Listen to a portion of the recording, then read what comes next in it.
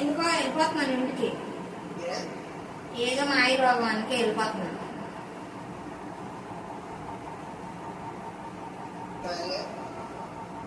వెళ్ళిపోతున్నాను ఇంటికి. ఎందుకు ఇక్కడ ఉంది?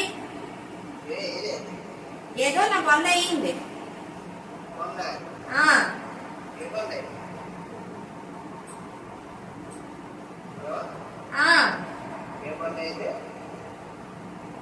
వెళ్ళిపోతాను. ఏదో అయింది. ఏదో అయింది. ఏదో అయింది.